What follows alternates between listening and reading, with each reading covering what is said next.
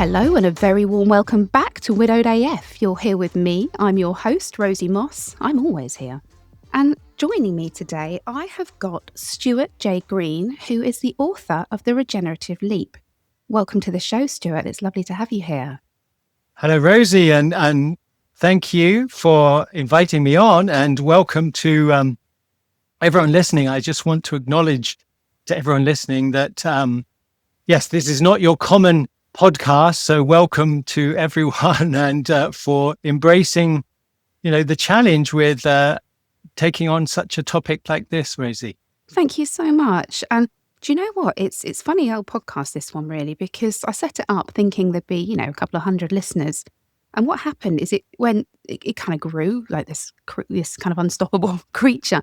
But a lot of the listeners, they're not always widowed. And I think, isn't that amazing that people are coming to this and listening because they obviously want to understand Perspectives. Wow, Yeah. that is lovely. That's lovely to hear. And yes, And I think also there's this element of it's a very closed community. Until you are in the club, you have no idea what it looks like, right?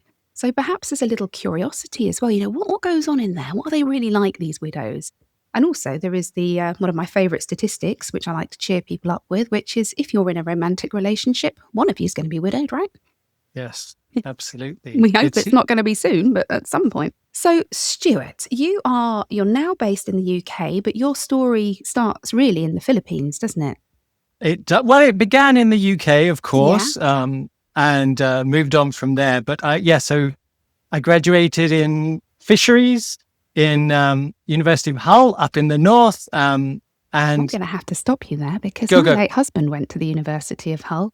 Oh, Isn't that weird? I love it when there's a connection with a guest. Wow. I really like that when there is one. He studied politics and he dropped out about 6 weeks before his finals. So he didn't have a politics degree. But oh dear. So some of my friends and my housemates were in politics.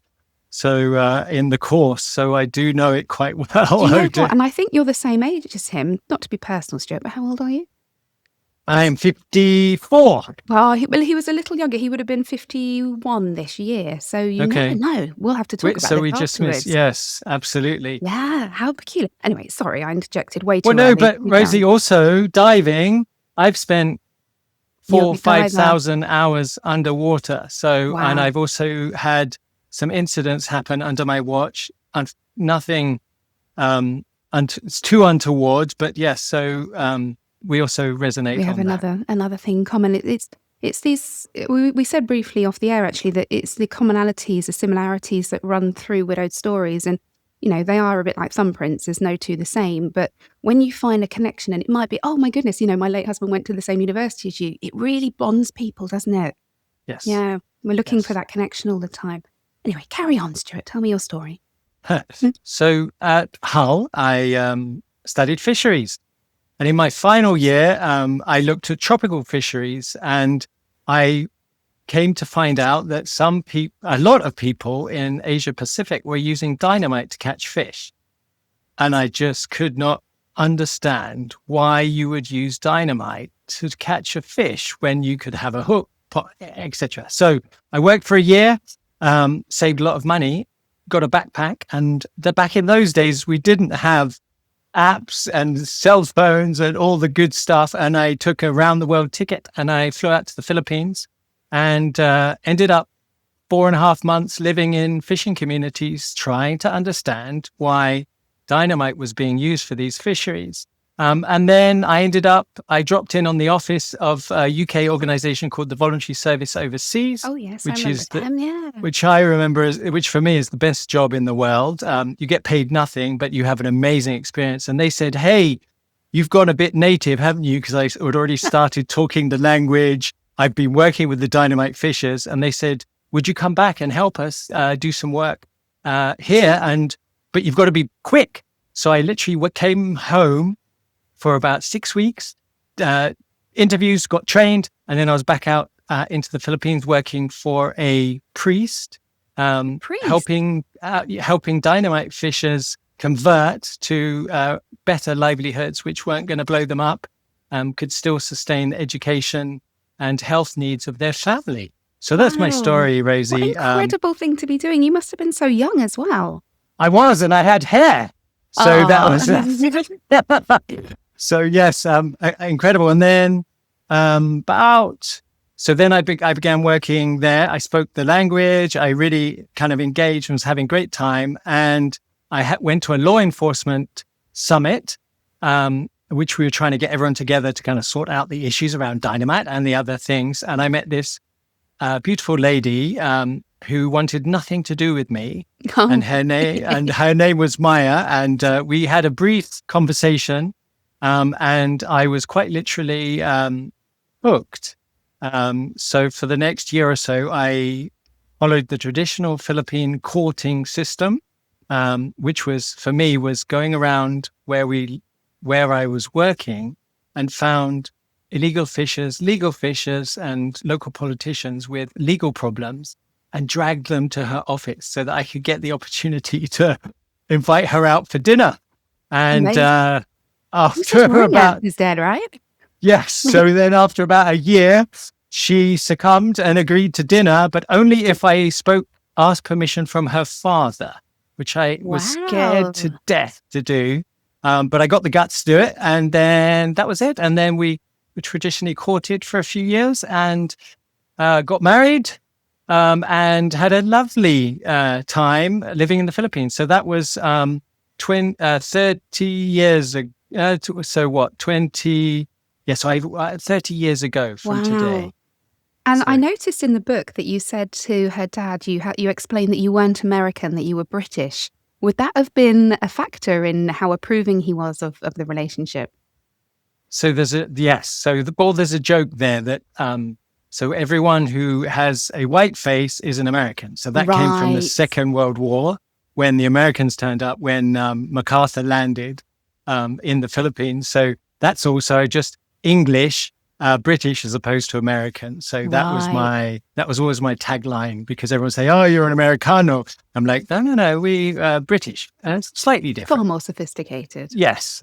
And he said, didn't he, that you could take her on a date, but you couldn't take her on a motorbike because her own mother had died in a motorbike accident. Is that right? Yes, that is right. And her mother died when she was very young, and so her real fear was that she would die young. And would not have time to spend with especially our younger two, who were 18 months old when she passed away. But we used to squabble about it, because I'm the one doing the environment work, traveling around the world. Nothing's going to happen with you. It should be me that's worried about it and relax. But unfortunately, yes, things repeated. And can you tell me a little bit about what happened? Because it was a real shocker and a real tragedy, wasn't it? We realized, yes, they were eyewitnesses. And that they were planning to kill them. Yes. So obviously. Initially, and I read a little bit of this through the book, but initially when I heard your story, I guess it didn't cross my mind that the children were directly at risk. Obviously, I thought there's a risk of them being hit by a stray bullet. This is not a concise thing. They've fired a lot of bullets at the car. But I didn't realise that they tried to kill your children, and that must have been something that haunts you even to this day. Yes. Well, so yes. So they didn't wear any balaclavas or anything. So they didn't think they needed to. They were planning not to need some. But for me, let's flip it, Rosie. So what a gift for us and the children. And for me, and it has been my life's calling. I always thought I was going to be about dynamite fishing or saving the oceans, but my life's calling was this: to lead my children through, and such a privilege to lead them through what I hope is the worst ever point of their lives, and see them out the other end. And that's so it's such a privilege, and on behalf of both myself and Maya. So I have not been greedy with, what values, what I want to carry on. I've split out, here's what Maya wanted, here's what I wanted, and I've taken both. And then that's how I've become a father, mother, mother, father Yeah. kind of mix. And it's Basically. interesting to hear you describe it as a privilege because I've actually said something similar. That it is an enormous honour to raise these children, to guide them through and to help them grow and to show them that the worst imaginable thing can happen to a human being and you can still find joy and positivity and growth and all these kind of Yes. real important learning curves that perhaps we wouldn't wish on our kids at such a young age, but Yes. it's how we teach them to deal with this enormous adversity. Goodness me. So talk to me then about the immediate kind of aftermath. So you must be feeling quite frightened, fearing Yep. for your children, but obviously you want to do a funeral. What are funerals like in the Philippines? Wow. So this was, so I thankfully myself, before I met Maya and during my time with Maya, she taught me the art of funerals. Very big deal. Yeah. So you have an open cask, and then you invite everyone to visit, and pay their respects. And then every day you have masses. So we were, of course, with my first experience working for a priest, I was very in tune with the Roman Catholic way. And then we basically opened the house, and we couldn't believe it. We were having 1,500, 2,000 people a day coming to the house, and we had to feed them. So feed with a kind of some bread or something and offer them a cup of coffee. And and then talk stories about Maya. And I learned so much more about her during that process. And meanwhile, you set up tables outside and people can gamble. It's a tradition, and drink. And then they put a portion of their winnings into a pot, which goes towards the funeral. And it's a very family Real community and a feel, it community. sounds. My good golly. But I We am had, thinking of you yeah. making all those cups of coffee. So not me. So we had an amazing team, our family there in the Philippines, but also my dearest friends and colleagues who I'd worked with for many years there all came They forward, rallied and round. we had an army in the back Oh, how end. amazing. Every morning at 4 a.m., the local bread shops would deliver all us crates of bread. We had free coffee, these 3-in-1 sachets. We had mangoes, we had fish, we had chicken. Everyone who came brought things along. So we had your flowers, but we barely had to spend any money. We had gifts, but it was, yes. So I was humbled by I bet you the whole were. experience. And people were bringing you gifts when they didn't have a huge amount to give themselves, didn't they? Yes. And is this normal in the Philippines, or was it because it was such a tragedy because there were young children? I'm just trying to get a handle on, how other cultures Why? grieve, I guess. I would love to say it was because of me, but it was You can claim absolutely it. because of Maya. So she was she believed in justice, in law, and and she didn't really believe in money. So most of her clients we had the most amazing mangoes, the most live and dead chickens, fish galore. So that was our life. So yes, it was definitely for her, and it was. She was very well known in the whole province, but she'd always given. She'd always given. Yeah. So for me, it was again so humbling. And there is something really powering, even at a kind of traditional funeral or even a small memorial, having people there. And I don't think until I was widowed myself, I realised the importance of, I say bums on chairs, because when I looked round, and Ben's memorial was in a church, and I looked round and, standing room only and grown men crying, and the comfort sounds a strange word, right? But the comfort I took from the fact that the other people's hearts were breaking and that they were there for us. Yeah. And so I always say now, if you can go to a funeral, you absolutely should. You don't have to say hello. You don't have to stay for the wake, but, get your bum on the seat if you can. Yes, absolutely. Absolutely. So how quickly after the funeral did you guys have to move back to the UK? So 2 days after. So and I outline it a bit more in the book, but yes, we had an amazing funeral. We had over 6,000 people came to the cathedral for the funeral. 6,000? The whole city stopped, and we had a procession which led down to the cathedral. It was again amazingly humbling. Stuart, this is incredible. And then we couldn't get enough.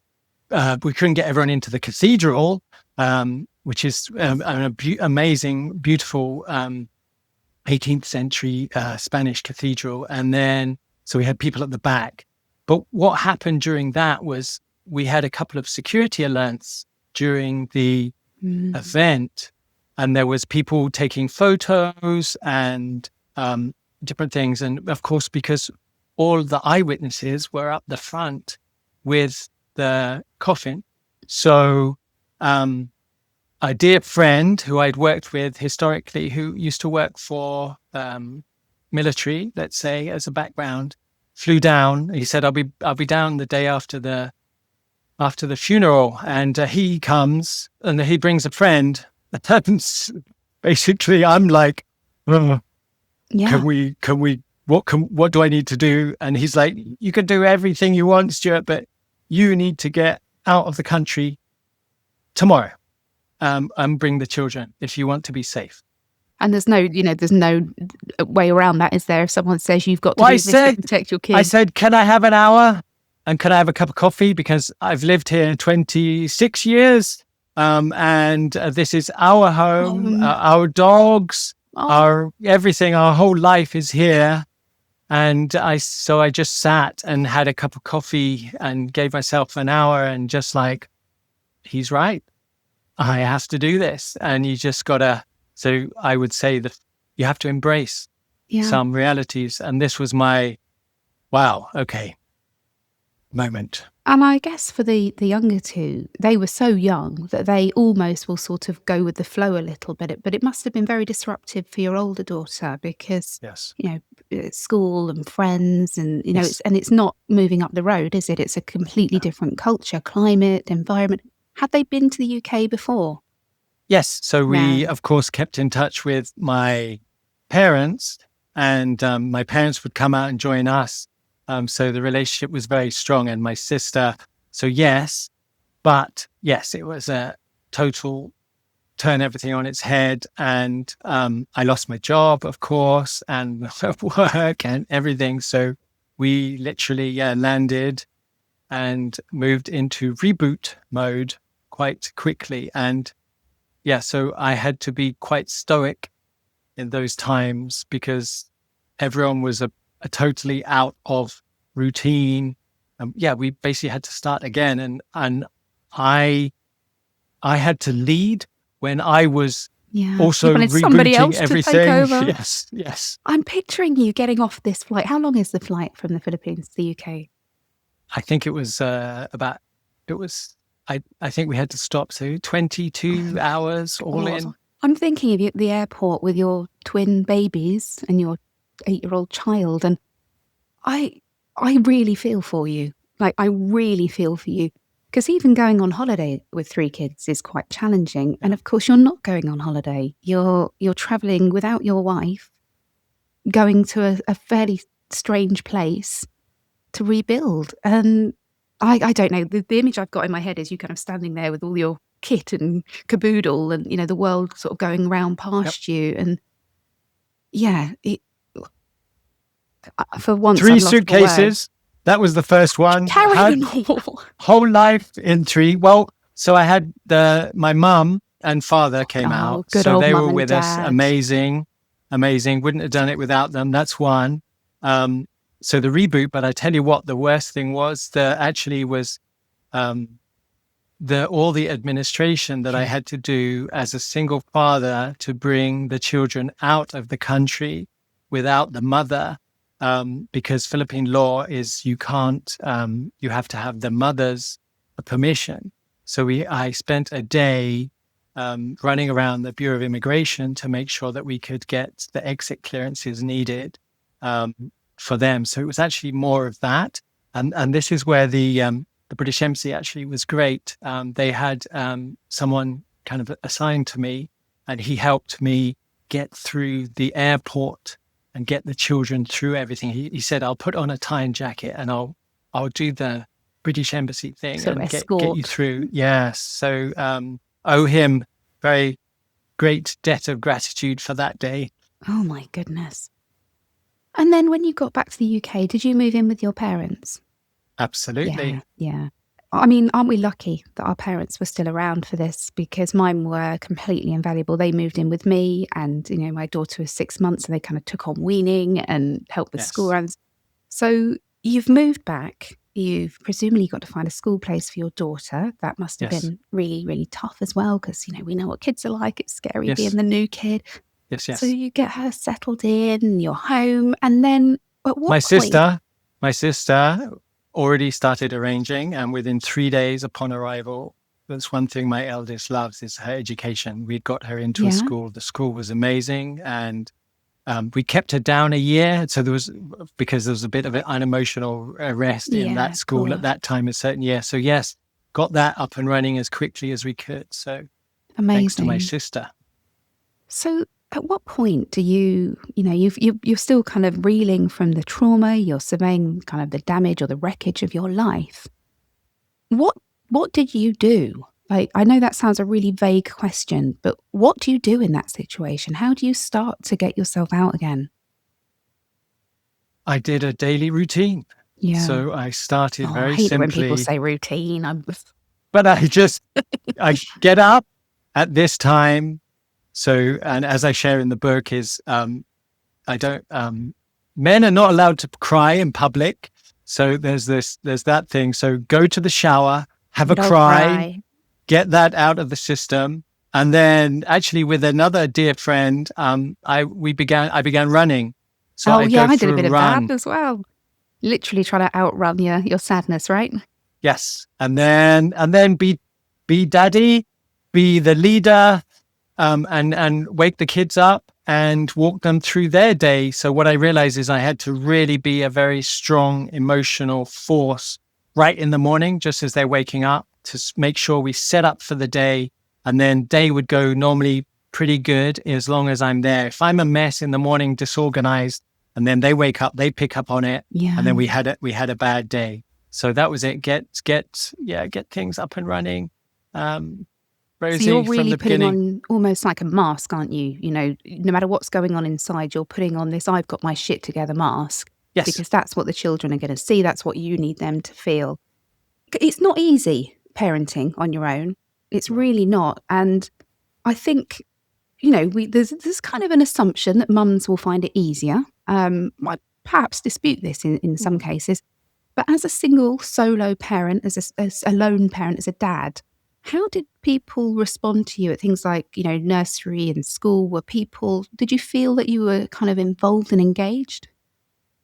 No, I was always running away, Yeah. Rosie, because I Hiding didn't from the want to. PTA. Yes, Yeah. and everyone, and then the awkward conversations. Oh, Yeah. Well, mum at mum's work, is not she? in. Yeah. Yes, like please don't open that question. Yeah. So and so where do I go with that? So there was events where my daughter was appearing, my eldest, and so I wanted to be, the face of the family. And very weirdly, everyone totally avoided me as much as they Oh, could. I guess, you really find out who cares for you yeah. when something like this happens. But those who were willing to make the effort to reach out and pop the elephant in the room and have the discussion, we've gone on to be very close friends ever since. But I find a lot of people, it scares some people off, and People they like really it's don't. almost contagious, right? Yes, And something like also, I that. think even though the world has changed and lots of dads do the pickup and things now, it is still very much a female domain. And I think, dads on their own, I don't know why. I mean, I always try and, probably to the embarrassment of the dads at school, but always sort of try and say, hello, morning, make them feel Yes. welcome. Because I think, God, that must be quite scary when walking up there and seeing these Yep. kind of cliques of intense women crowded Yes. around. Yes. And you do talk about in the book about, and I mentioned earlier on, about how you explained this tragedy to the children. And Are you able and comfortable to talk a little bit about that? Sure. So of course the young ones said that they didn't remember anything. Um, so that was kind of the first iteration. But late at night, we knew that wasn't the case, Oh, because my son would be shouting at night in his nightmares, "Go away, bad man." oh, Um, so that was like, okay, we cannot. They know everything that happened, and how it played out. So to begin with, we framed it as a car accident. So we said that was mummy died in a car accident, and then the not so nice people bumped into her. They were going to go to prison, etc. So that was kind of our narrative. a sort of sanitized version almost. Yes, to begin with, and then over the years we started to kind of shift, and we realized, my eldest, of course, knew everything, and she's the key eyewitness in the case, and so we got to a certain time, and then there's an amazing group here near to us who help with trauma and grief. So we went through the children through a couple of a series of sessions with them to kind of prepare them. So creating a memory box about mummy and kind of those things. And I think the children thought that was where we landed, but that was the pre-seed to, we went on a holiday together, and we ended up in a hotel room, and I brought all the newspapers and all the facts, that even the clothes that they were wearing at the time, and laid them all out on the bed and said, it's time to tell you what really transpired on that day. And did you decide on a hotel because it was neutral territory? No, we'd got off a long haul flight, and it was just is when you're in a, when you're kind of, everyone's in a kind of a floaty kind of sensation. It's like, and I was and it just felt right? Yes. Sometimes these conversations, when the time strikes, you have to have them. Yes, absolutely. So we sat and sobbed together on the bed for a few hours, and then slept into our jet lag sleep. And then we had a month together. One of my things I do with the children now is I say, let me work, let me do all my traveling, but you get a month every year. So I take a month off every August. So we had a month to really think about the narrative and how we're reframing it and thinking about it. And for me, as I mentioned earlier, the children are miracles. They should not really be here. So they have a gift which they have to give back to other people. So that's how we discuss where they're at in their lives. Wow, that's a really powerful way of framing it. Have they? And I'm particularly thinking about your older daughter here. Was she angry? No, did it come out as real anger? Yeah. Yes, especially on me. Yeah. And that's the other thing, isn't it? We don't often talk about this, about the anger directed at the remaining parent. And I won't say which of my children said it because they would be mortified to know it. But they used to say to me, I wished it was you that died, not Dad. They didn't mean it, I don't think. But they were so angry with what had happened and, with the world that had allowed this to happen. And I was in the direct line. Absolutely. Same. I had exactly the same experience. Yeah. God, it hurts, doesn't it? I think my response actually at the time was, so do I. Right now, so do I. Yes. It's but you have to take a deep breath and you have to lead through. Yeah, you do. And it's not always easy, is it? Because we're trying to be these strong leaders and set example to our children and guide them. But we're doing it when our own lives have been shattered, where we're heartbroken. And you talk about the admin. I mean, I call it sadmin, but the extra logistics for you with coming from abroad. There isn't, you're trying so hard to be stable and secure for them, but actually you feel so vulnerable and unstable yourself. I know that you started by writing journals, didn't you? Did that start quite early on? Yes. So that was my go-to for just blah. And are we talking pen and paper or online? Yes, pen and paper. Old-fashioned pen and paper. Yes, and absolutely. And those journals, is that what led you to write the book? So what actually led me to write the book was two things. So one is I work in the knowledge sector. So I'm advisor for all these different groups. But What about? Sorry, I'm being nosy. What about sure. So ocean oceans? advice, where would you invest? How do you dynamite fishers, how do you shift to livelihoods, things like that, Yeah. but also working at national government levels and kind of ocean globally. So the first thing I did was I bought every book I could find Rosie, on grief, Yeah. stoicism, mindset, you name it. I bought it. So I have a stack of books over here that I consumed. Yeah. Because you're looking And for so answers. I wanted a playbook for what do you do when everything goes down and you have to be a leader at the same Yeah. time. So that was one. And then, so I did that and I was doing the journaling. But actually, it was only about a year and a half ago when we were on a trip. So my promise to myself on the first couple of days after everything happened was, because I love to ruminate in things. Yeah. You're not allowed, Stuart, to look back until the children can be children again. So that was my promise to myself. So that's why I kept the journals, because I'm like, I can't think about that. I have to focus on the future and now. And then so I'll park that. So the So journal. Sorry, Stuart. I don't like to go. interrupt you, but Yeah. I'm just trying to get a real idea of your mind. Yes. So in the journals, are you putting in there the looking back, or you're not opening that Pandora's box at all for now? I'm not opening at all. So until I get to, we're standing around a campfire in Oregon on one of our 1 month trips with the children.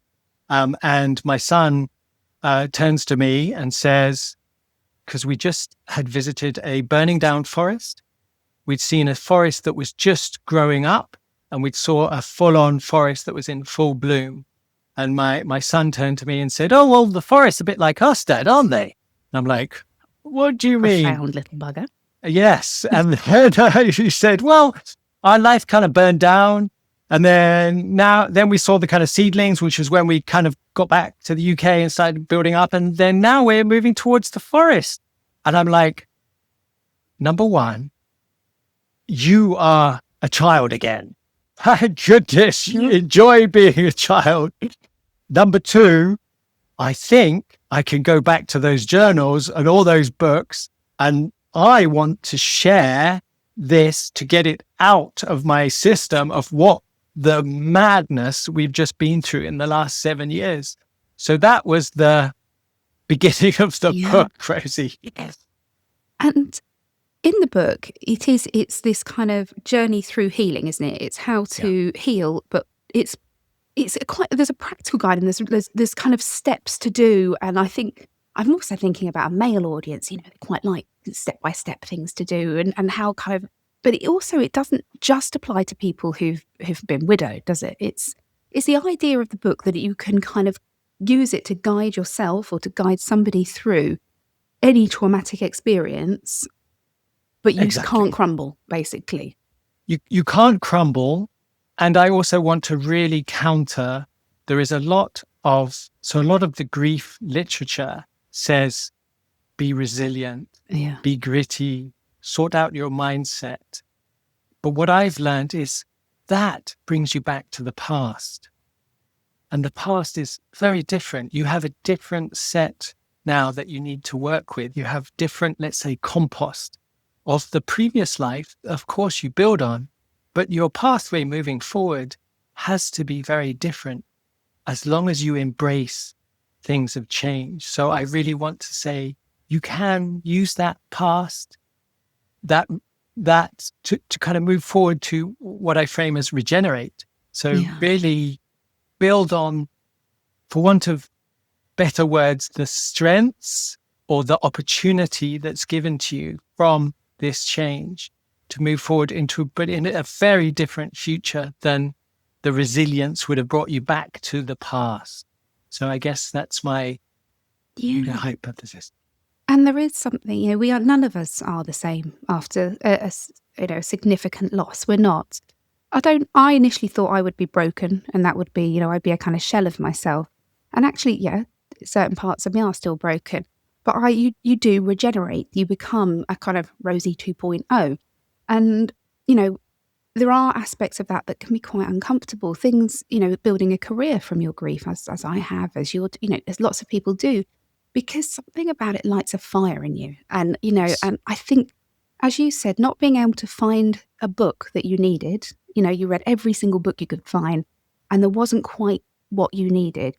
That's what prompts us to build things. That's how the podcast came to be. And then you find a purpose, don't you? And your purpose is to make the path a little bit less terrifying for the people that come behind us. Absolutely. So while we were wandering around those forests in Oregon, we found this pine cone. And of course, so we get this pine cone, and me being the biologist I am, I'm like, oh, let's have a look at this, how this works. And then we found out it's a serotinous pine cone. And what serotiny means, So basically, glad you are. but what serotiny means basically is you have to go through fire before it will seed. So in the forest, there is certain seeds that wait to be burnt, for the forest to be burnt down before they'll release.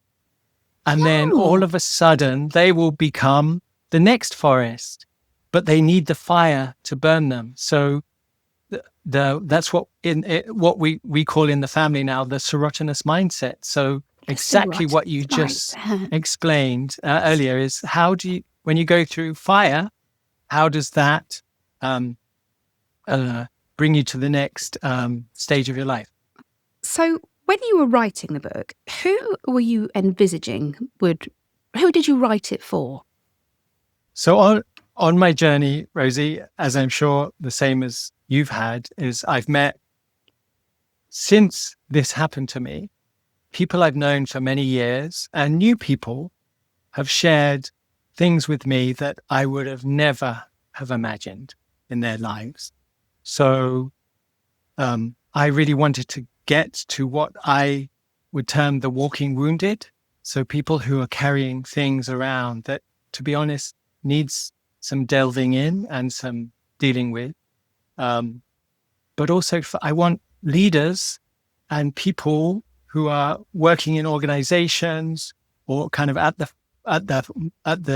what we say the coal face, who are dealing with change, to be able to understand there actually is a process that you can move through to flip that change, as I mentioned earlier, into an opportunity.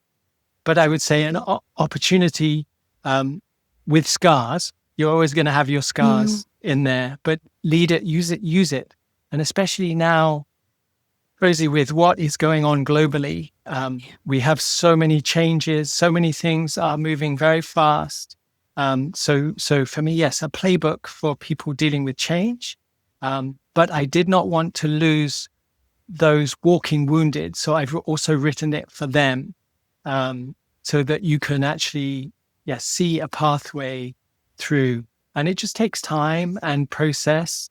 And so that's the book is laid out into 3 phases through the forest. So you get burnt down, you then enrich. So you seed, you need to learn some new things. You need to see things a little bit differently. And then so that's the kind of the enrich phase. And then you get to the grow phase. So when you've done that seeding and you've got your compost, then you know which pathway to go, you will go into that pathway next. And that's what we call the grow phase. Rosie. And, at the end of the growth phase, there is a section which is called evolve. Mm-hmm. The last piece in the chapter, which is where something new happens, which builds on your compost of what happened to you, but takes you in a very different direction. And this podcast for you, Rosie, is exactly that. It certainly is. In so many ways. And for me, the book is here's my elephant in the room. I want to share it, but I want to help people. So my moonshot now is, so moonshot 1 was get the children into a great place. Moonshot 2 was write the book. So look back, ruminate, but offer a manual for people moving forward. And then moonshot 3 is, can I get this process into at least 1 million people's hands by 2030 so that they can help them through the coming change? Because it's not a matter of if you get changed, or as you said earlier, it's not a matter of when you become widowed. Something will happen. Yes, exactly. Now, you mentioned that you kind of gave yourself a timeline. I'm not going to look back until the children are happy and they're living their lives as children again. What was that like when you finally gave yourself permission to go back in again? Did you find that it really stirred up a lot of old wounds, or were you in a different place by this point? There are lots of wounds. The writing... They don't go anywhere, do they? They don't. But I would... So, yes. But I would go on work trips, and then I would extend 5 days on and just disappear into my hotel room. And write. And write. And dreamy. 5 a.m. in the morning, up, write for 2-3 hours, then get on with my day. So I really had to allocate time. That was the hardest part, actually. Yeah, I found the same thing. Yeah, because I don't know about you, but in order to write, I have to be very much in the zone. And my reading, I put drum and bass in my headphones. I take my ADHD meds and I hole up in the office. And like you, it might be kind of 6 a.m. before the kids get up. Yes. But then if somebody interrupts me, yes, lost the flow. Yeah, and it takes ages to get back. Yes. And what about the kids? Because she was a young child, the same age as my daughter is now, and she saw her mum killed in front of her. Yes. And that's made me go cold, actually, even just saying those words out loud. So many people, when their spouse or their partner dies, the first thing is, what about the children? How am I going to stop these children being damaged permanently by what's happened? And one of the things, there is a chapter in my book on this, because I think it's so important that we, as the kind of walking wounded, are able to give people some hope. What does your daughter, and I don't mean physically, what does life look like for her now, 10 years on from the death of her mother? She's great. Yeah. She's my best friend. Yeah. We went through many things. We laugh and we're fine. She's very wise. So she's we kind of, so yeah, I don't know how much to go into details, but she's fantastic. And she has used, again, the same methodology that we've laid out in the book.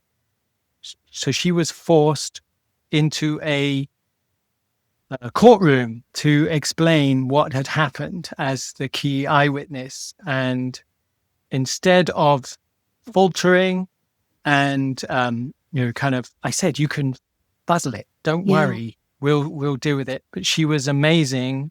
And she was, I think, 12 years old. And she came off the stand after being cross-examined. I can't make it many more other comments, but it was not an easy process. It was not at all. And 2 days later, she said, I want to do law and I want to follow Mummy's footsteps. And so,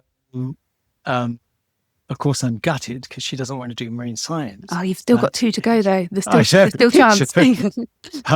But again, she's evolved. Yeah. She's taken the experience and she's flipped it and she's turned it into her narrative. And she's a miracle, the same as the other 2. So yes, they have purpose. And how are they? Because they must be coming up to the end of primary school. So lots of big changes on the horizon for them. So we're just hitting preteen stage, but an absolute, again, honor, privilege. And my kind of game plan has been set them up, even if plan B also passes on, they'll be in a good enough state to move forward. So that's mindset, capacity to deal with change, problem solving. That's what I've really been working on with them. And emotionally fantastic. Yeah. So we're going to have, it's always going to be ups and downs, but from our baseline, I am. And that's the only reason I could write the book. Sorry, yes. And it doesn't mean you're now immune of all the normal turbulation of turbulence of being in a family. We still have meltdowns and tantrums and door slamming and all the normal family dynamics. But all 4 of us are incredibly close. And my eldest is 16 now, well, in a few Wow. weeks. And he was that broken 7-year-old, that, said he wanted to die and be with his dad. There was so much trauma and sadness there. And I remember thinking, gosh, is he ever going to be okay? Is this ever going to not haunt him and kind of consume him? And like you, I could say, no, it doesn't. Of course, he's still sad. Of course, he wishes his dad was here, like we all do. But they built a glorious life around it. And I think for you and I and for other parents listening, it's not straightforward. And, we can say we've done this and it worked. It might not work for somebody else. But it's showing them by example, and it's loving them, isn't it? It's being emotionally available as well. So many people, when they're traumatized, they shut down, and God knows I'd have liked to at times, but you have to be emotionally available. You have to be, and yes. I bet you were asked some really tricky questions. I was, yes. Did Daddy get eaten by a shark? And what happens to a body when it's been in this, really conversations I didn't want to have. Yep, I know, absolutely. So there's, I guess, leading with scars again, but there's a term that we adopted in the family, which is happy sad. Yes. So yeah. You don't have to feel guilty about being happy, but you can also be sad at the same time. Yeah. A bit like the weather. So sometimes it's cloudy, sometimes it's sunny, sometimes it's sunny cloudy. So yes, so that's for us is happy sad. And I think as well, for us as a family, it was, I would say acceptance is sort of, it's not so much about accepting your person has died, because you have to accept that quite quickly. It's accepting your life has changed beyond all recognition, and that, yes, you're going to be you're going to be sad for the rest of your life, which sounds terrifying, right? But you can be happy as well. And I think once you accept that they can kind of coexist together, that's when the healing really starts. Absolutely. Stuart, I have loved talking to you today. You are a very wise and clever man. And I won't call you resilient, because you might throw your Regenerative Leap book at me for saying so. But my goodness, what an example you've set for those 3 young humans, and what a legacy for your wife as well, to make sure that she's not forgotten and that her death, some good can come from. What was the lovely expression you used about compost? It was thriving on the compost of disaster. Yes. I like that a lot. That should be your next book. Let's get this one over and done. I know. Although, did you find when I've written, and then I interview people. I interviewed you, and I've interviewed somebody else the other day that was so in. I was like, I've got to do another book because I need those stories in my book now. So maybe volume 2. Now, Stuart, where can people find you if they want to know more about what you do? Sure. So, the regenerateleap.com. That would be I've been calling it the Regenerative Leap all the way through this interview, Stuart. It's fine. It's regenerateleap.com. Don't worry. I wonder if I can change that in the editing. If not, I'm an idiot, and it's called the Regenerate Leap. That's it. Me. I'm so sorry. So just once again, just tell me about the website, and do you have Instagram or anything like that? Sure. Regenerateleap.com. I'm also a little bit on Facebook, Regenerate Leap, and Instagram a little bit, but mostly on LinkedIn. So at Blue Green Advisors. So that's where you can find it. And of course, the book is on Amazon, both in paperback and Kindle. And we've got the audio book coming out soon as well. So yes. I want to do an audio book, but it's so expensive, isn't it? The editing of an audio book. I'm just not really, Rosie. Oh, hang on. Maybe we should talk afterwards then, because I got quite a time out. There you go. I'm just showing the book for anybody that's watching rather than listening. You can see that I've made notes, so I genuinely have read it. Thank you once again for coming on and sharing an incredible, a tragic, frankly terrifying at times story, and for being brave enough to do so, and for having the courage to go on and create something to help others. It's been a real pleasure to meet you. If anybody has been affected by the subject in today's episode, you can also reach out to me. I'm at widowed_AF on Instagram, or widowedaf.com.